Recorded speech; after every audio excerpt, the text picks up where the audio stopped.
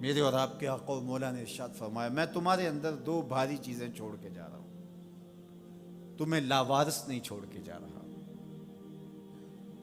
یہ امت تنکا تنکا کر کے جوڑی، اور اب حضور کے وصال کے بعد کیا امت بکھر جائے گی؟ کہا نہیں، ایسا نہیں ہے۔ انا تارکن فیکم الثقلین، میں تمہارے اندر دو بھاری اور وزنی چیزیں چھوڑ کے جا رہا ہوں، جن چیزوں کو میرے حضور علیہ السلام بھی وزنی کہیں، وہ کتنی وزنی ہوں گی؟ اولہما کتاب اللہ، ان میں سے پہلی چیز اللہ کی کتاب قرآن مجید، فیہ الہدی والنور فخذوا بکتاب اللہ واستمسکوا بہ، اس میں ہدایت ہے، اس میں روشنی ہے، اس میں اجالا ہے۔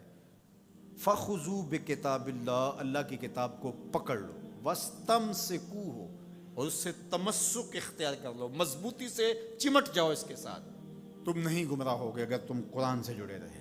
پھر ارشاد فرمایا وَإِتْرَتِي أَهْلُ بَيْتِي، اور میں اپنے اہل بیت کی صورت میں تمہیں دوسری بھاری چیز دے کے جا رہا ہوں، اور نصیحت کرتے ہوئے فرمایا اذکرکم اللہ فی اہل بیتی، اذکرکم اللہ فی اہل بیتی، اذکرکم اللہ فی اہل بیت، میں اپنے اہل بیت کے بارے تمہیں اللہ سے ڈراتا ہوں۔ ایک بار نہیں، دو بار نہیں، 3 بار فرمایا۔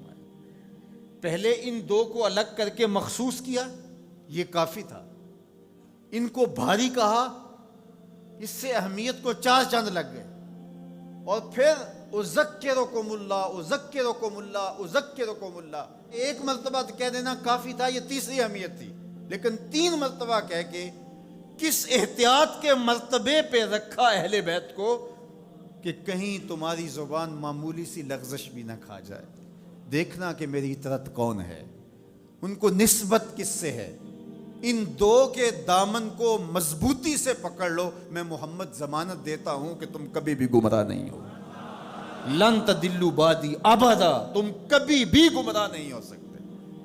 میرے تو حضور نے ضمانت دی تھی کہ تم کبھی بھی گمراہ نہیں ہوگے، اور یہ امت 72-73 فرقوں میں بٹ گئی۔ حضور نے تو کہا تھا تم کبھی بھی گمراہ نہیں ہوگے، تو یہ 72 اور 73 فرقوں میں کیسے بٹ گئے؟ تو حضور نے ضمانت اس شرط پہ دی تھی کہ ان 2 چیزوں کو مضبوطی سے تھام لو، تم کبھی بھی گمراہ نہیں ہوگے۔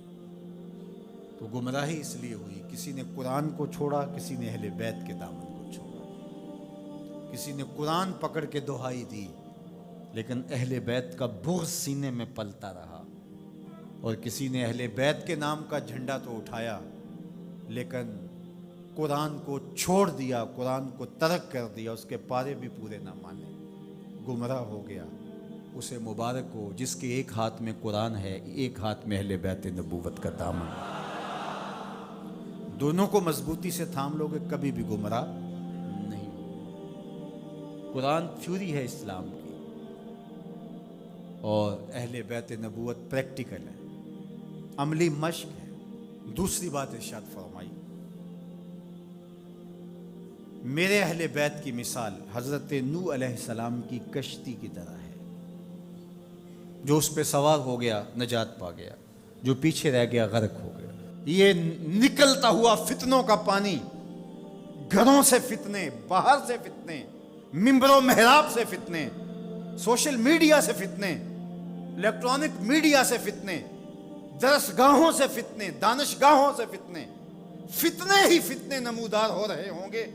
فتنوں کے سیلاب میں تمہارا ایمان، تمہارا دین، سب کچھ بہہ جائے گا، بچے گا وہی جو سفینہ آل مصطفیٰ میں بیٹھے گا۔ میری آل کی مثال حضرت نوح علیہ السلام کی کشتی میں ہے۔ اب کنارے لگنے کا راستہ، کشتی میں تو بیٹھ گئے لیکن جانا کدھر ہے، ساحل کدھر ہے؟ تو کہا اصحابی کالنجوم فبأیہم اقتدیتم اہتدیتم، میرے صحابہ کی مثال ستاروں کی ہے، جس کے پیچھے لگو گے منزل مراد پا جاؤ گے، ساحل مراد تک پہنچو گے۔ کشتی میں بیٹھ گئے ہو، سلامتی ہے، نظر ستاروں پہ رکھو۔ جو ستاروں پہ نظر تو رکھتا ہے لیکن کشتی پہ نہیں بیٹھتا، اپنے بازوؤں پہ اعتماد کرتا ہے، مجھے نہیں ضرورت، تو وہ کتنی دیر اس سیلاب میں تیرے گا؟ کسی تیز تھپیڑے کی نظر ہو جائے گا، جاں گواہ بیٹھے گا، ایمان گواہ بیٹھے گا۔ اور جو کشتی میں تو بیٹھ جاتا ہے، کہتا مجھے ستاروں کی ضرورت نہیں ہے، تو وہ گھومتا رہے گا ان تھپیڑوں اور ان بھنوروں کے اندر، منزل مراد اس کو نصیب نہیں ہوگی۔ تمہیں مبارک ہو، تم اہل بیت کی محبت کی کشتی میں بیٹھے ہو، نظر ابو بکر و عمر پہ ہے، نگاہیں عثمان و علی پہ ہیں، نظریں اصحاب رسول پہ ہیں۔ یہ میری اور آپ کی خوش بختی، ہمیں صحابہ کا نام بھی ٹھنڈ پہنچاتا ہے، اور ہمیں حضرت امام حسین کا ذکر بھی تسکین دیتا ہے۔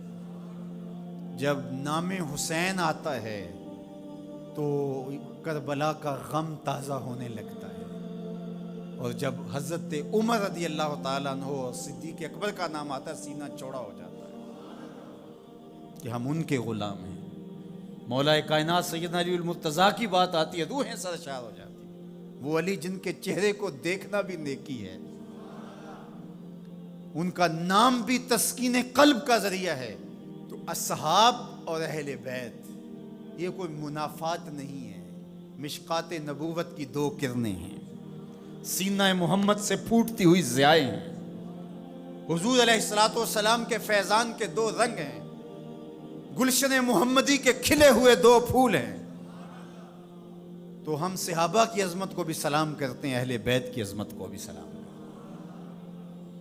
یہ بد نصیب دن پاکستان بنے ہوئے 73 برس بیت گئے، یہ ہمیں اس مرتبہ دیکھنا پڑا کہ صحابہ کو بازاروں میں گالیاں دی گئی، استغفر اللہ۔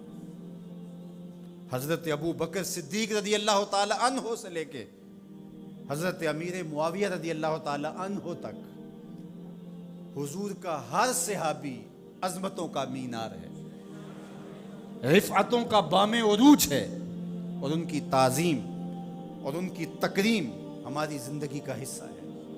یار صحابی تو وہ ہے جس نے حضور کی صحبت پائی اور ایمان کی دولت سے مالا مال ہوا، وہ مٹی جو حضور کے نالین سے جڑی ہے وہ بھی ہماری آنکھوں کا سرما ہے۔ تو بات چل رہی تھی کہ یہ دین ادب کا دین ہے، لیکن بد قسمتی سے یہ باہر سے جو شرارتیں ہو رہی ہیں وہ تو ہو ہی رہی ہیں، لیکن ان دنوں میں جس پہ بات کی جا رہی ہے یہ تو کلمہ گو لوگوں کی کہانی ہے۔ سیدنا صدیق اکبر رضی اللہ تعالی عنہ کی تکفیر کرنے والے بظاہر کلمہ نہیں پڑھتے، صحابہ کو ننگی گالیاں دینے والے کیا کلمہ گو نہیں ہیں؟ اور منبر پہ بیٹھ کے ایک طرف اسی اسلام آباد کے اندر حضرت سیدنا صدیق اکبر رضی اللہ تعالی عنہ کی تکفیر کی گئی، دوسری طرف اسی اسلام آباد کے اندر یزید کو حضرت یزید امیر المومنین کہا گیا، اس کے قصیدے پڑھے گئے۔ یہ نہیں دنوں میں ہوا، یہ دو انتہائی ہیں۔ میں آپ کو پھر مبارک دیتا ہوں، میں آپ کو 1000 بار مبارک دیتا ہوں، میں آپ کو 1,00,000 بار مبارک دیتا ہوں، میں آپ کو کروڑوں مرتبہ مبارک دیتا ہوں۔ تمہارے ایک ہاتھ میں قرآن ہے، دوسرے ہاتھ میں اہل بیت رسول کا دامن ہے۔ تمہاری ایک آنکھ صحابہ ہیں، دوسری آنکھ اہل بیت ہیں۔ تمہارا سینہ ابو بکر صدیق کے نام سے بھی ٹھنڈا ہوتا ہے، مولا کائنات سیدنا علی المرتضیٰ کے نام سے بھی ٹھنڈا۔ حضرت سیدنا علی المرتضیٰ فرماتے ہیں حضور نے میرے بارے میں فرمایا، مسند احمد میں روایت ہے، مشکات میں ہے، نہج البلاغہ میں ہے۔ اگر کوئی مسند احمد اور مشکات کو نہیں مانتا تو وہ نہج البلاغہ کو مانتا ہے، اور اگر کسی کو وہاں تحفظات ہیں تو وہ یہاں حدیث موجود ہے۔ ان سب کتابوں میں، طرفین کی کتابوں میں یہ حدیثیں موجود ہیں۔ حضرت علی خود روایت کرتے ہیں حضور نے میرے بارے میں کہا تیری مثال حضرت عیسیٰ کی ہے۔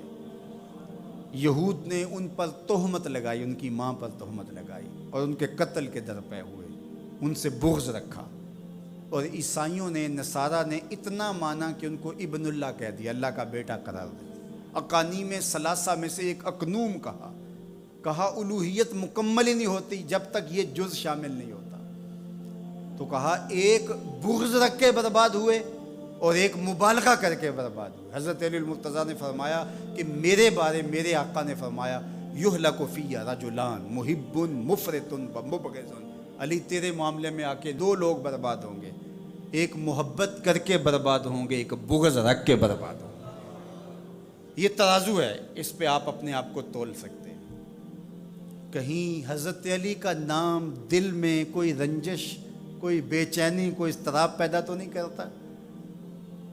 اور کہیں حضرت علی کی محبت صحابہ کے بغض کی نشت کا ذریعہ تو نہیں ہے؟